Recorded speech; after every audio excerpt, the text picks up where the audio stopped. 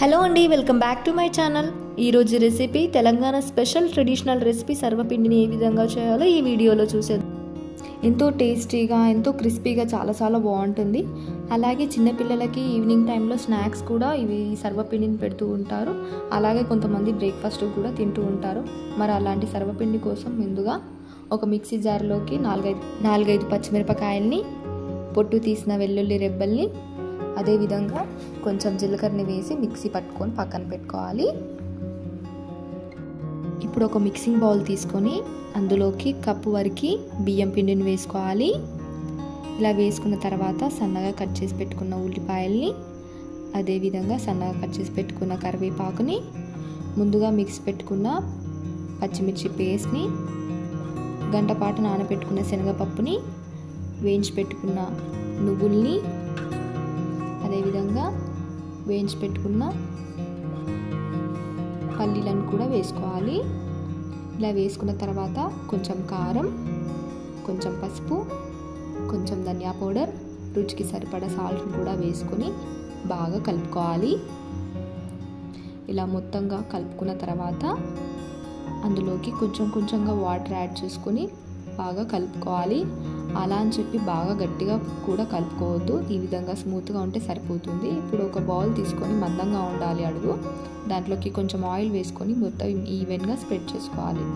ఇప్పుడు మనం కలిపి పెట్టుకున్న పిండి ముద్దను అందులో పెట్టి ఇలా ప్రెస్ చేసుకోవాలి. ఈ విధంగా ఈవెన్గా సన్నగా స్ప్రెడ్ చేసుకోవాలి.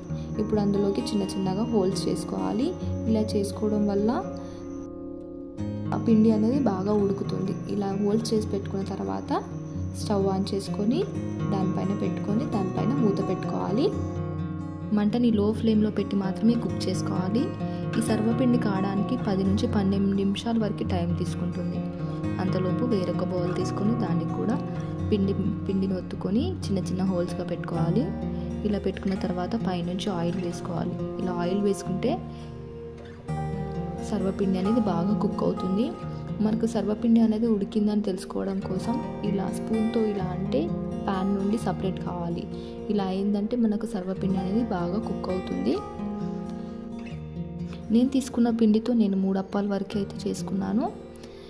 ఎంతో ఈజీగా, టేస్టీగా ఈవినింగ్ స్నాక్స్లో చిన్నపిల్లలకి పెట్టొచ్చండి. చాలా హెల్తీ కూడా. అదేవిధంగా పెద్దవాళ్ళకు కూడా ఏవైనా స్నాక్స్ తినాలనిపించినప్పుడు అప్పటికప్పుడు ఈ విధంగా చేసుకొని పెట్టొచ్చండి. చాలా హెల్తీ అండ్ టేస్టీగా ఉంటుంది. ఈ వీడియో కనుక మీకు నచ్చినట్లయితే ఒకసారి మీరు కూడా ఇంట్లో ట్రై చేసి చూడండి. మీకు కూడా ఏ విధంగా కుదిరిందో నాకు కామెంట్ సెక్షన్లో కామెంట్ చేయండి. అంతేనండి, ఎంతో simple and tasty sarvapindi ready. ఈ వీడియో కనుక మీకు నచ్చినట్లయితే లైక్ చేయండి, షేర్ చేయండి, సబ్స్క్రైబ్ చేసుకోండి. Thanks for watching. బాయ్.